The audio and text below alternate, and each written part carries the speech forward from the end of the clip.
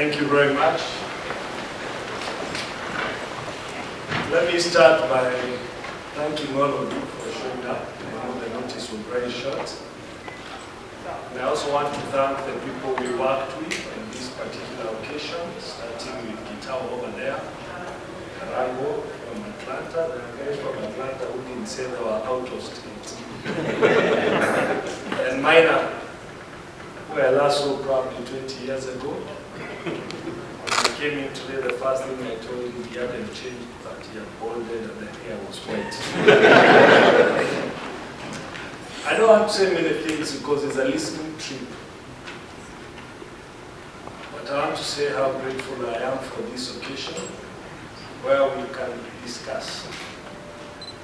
Because the issues that we can discuss is about our country. Our country is able. And next year you will be taking part in making decisions for our country. And I'm glad that two people from Nairobi are here. And although they were introduced, one, Mrs. Wangai was a director for education for many years. So she served in the senior position in Kenya on matters to do with education. You know, the over there.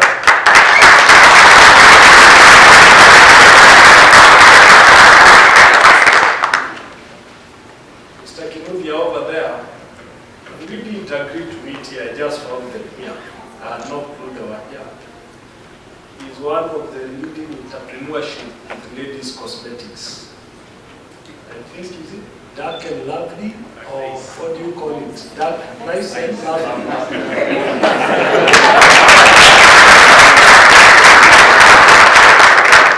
If you are flying into JKN as you approach town at the first bridge, the first flyover towards the river, you see a big factory that belongs to Kenneth. He's done very well in terms of entrepreneurship. One of the main things that I would probably want to discuss is that I'm a firm believer that Kenyans outside Kenya and Kenyans inside Kenya are equal stakeholders. And we must therefore discuss our country as Kenyans, whether you live in Kenya or whether you live outside. Because the people who live outside equally play a very key role. You look at the remittances that Kenyans who live outside actually remit to Kenya.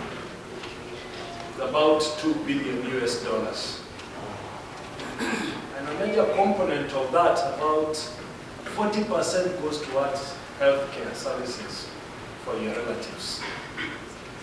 Which means, even though you are out here, you play a very big role in there. And some of us have advocated over the years on having a dual citizenship. And I'm glad yesterday Cabinet finally endorsed the bill.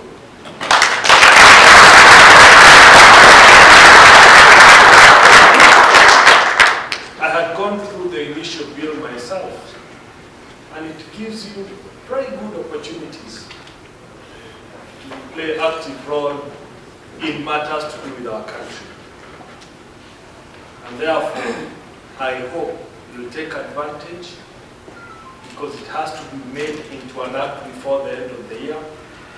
And I hope that when we register as voters, most of Kenyans who live outside will be able to participate as voters in making the determination of how Kenya should be. At the moment, I know the restriction is on referendum and presidential ballot.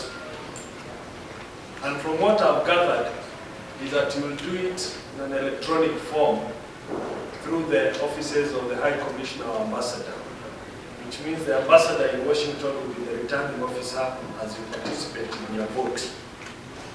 And therefore, it is very important that as Kenyans who live outside, you define the kind of leadership that Kenya ought to have. Let leaders not define that leadership for you. That's what they've done over the years. That's where we lost the plot. I'll give you a few demographics, which are also key, and which I also think you'll be looking at. Our population demographics at the moment is that anybody over 60 years accounts for 4% of the population in Kenya. And between age 16 and age 60 is 51%. And 15 years and below is 45%. So it tells you we are talking of a very young population. It tells you the majority of our population are people who are below 35 years. And therefore, as we define what kind of leadership we want, we need to look at the aspirations of that generation. It's also important to look at disparities that have been caused, because over 80% of the entire resources are held by the 4% who are over 60 and above. That is a huge disparity. It's a disparity that we need to look at and see how to bridge out. It then tells you what our problems are. At the moment, the biggest problem in Kenya today is unemployment and hunger. A lot of young people who are coming out of schools, out of colleges, are not able to get into employment. Then, of course, you've read what has happened with the hunger situation in northern part of Kenya. And of course, every time there is a collapse of the rainfall system, and we have issues. And therefore, you have a young population which is not educated. I mean, which is educated but not employed, they don't even have food. What that tells you is whatever problems you're trying to solve from here will only get bigger if we don't think about it. And in my view, we need to address those two issues. And you, as people who will vote in next year's election, need to define the kind of leadership that will go out and sort out those two issues. That's why I think it is important for us to talk to you, and not just about Peter, but anybody else who might want to play some role, to come and talk to you so that you can help in evaluating the leadership that will drive Kenya forward.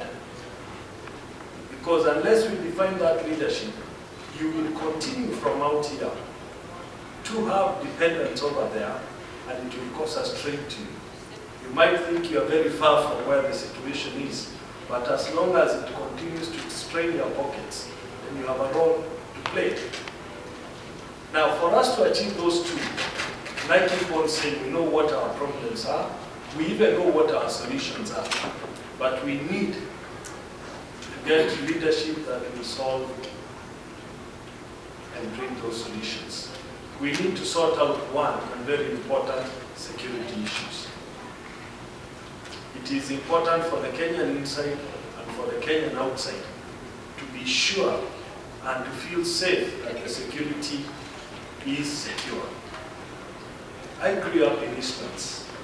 When I walked in here today, somebody asked me, did you grow up in Bahati? I said yes.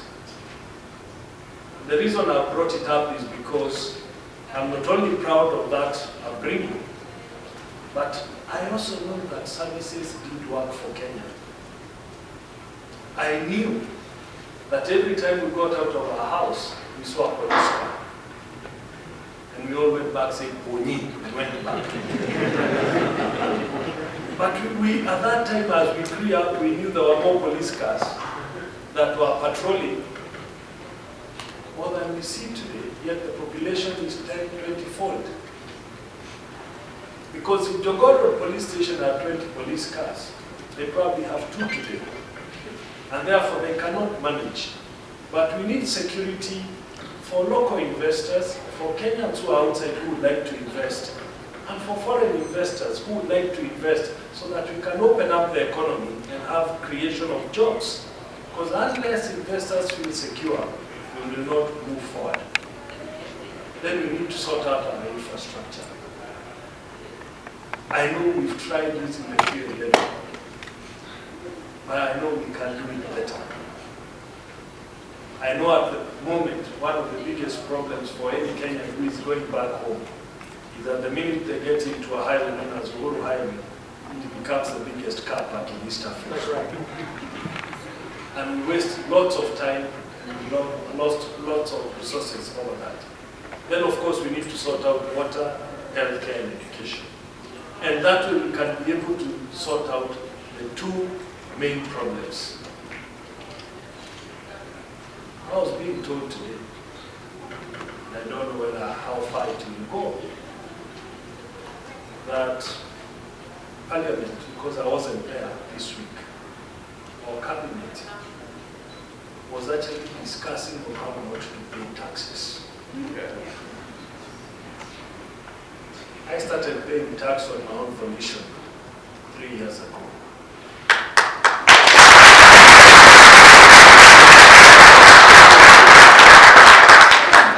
And I remember the speaker saying those who are paying are doing it from a philanthropic point of view. But it was not. It was from a moral point of view. Because the 210 members of Parliament oversee funds from taxpayers by way of CDFs. And if my CDF was actually doing the best, I had no moral ground to claim it is the best if I was not paying taxes. But I also know from a moral point that no government will ever develop without taxes.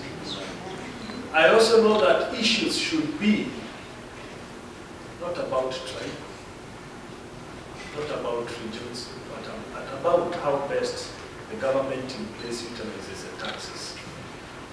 Which means that contract that exists between taxpayers and the state must be kept alive by everybody being able to pay taxes. Because taxes are painful, but they're not negotiable. They are issues of compliance. Therefore, one of the reasons why I backed the new constitution, and I said it loud and clear, was one, there was no institution that was going ever to be constitution as long as it's within government, which means Parliament is within government. But two, Parliament would never pass any law that would be tax avoidance. And I was very clear on those issues as I campaigned for the new constitution.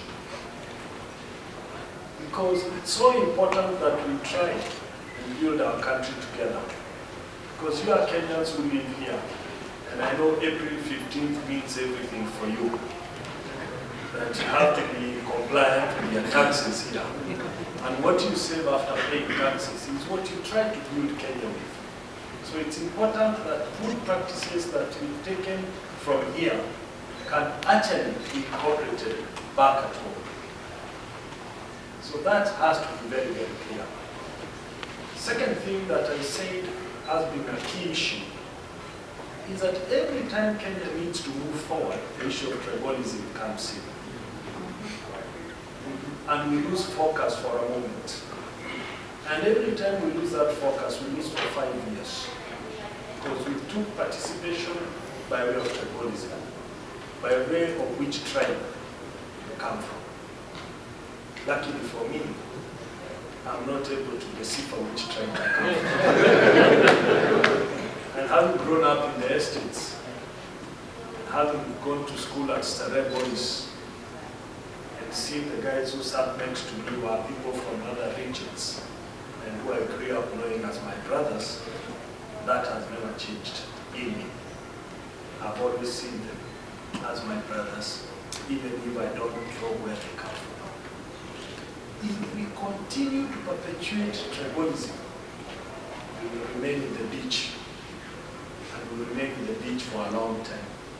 Because what we want to do is to get out of the ditch. We can discuss how we got into the ditch later, but we need to get out of the ditch.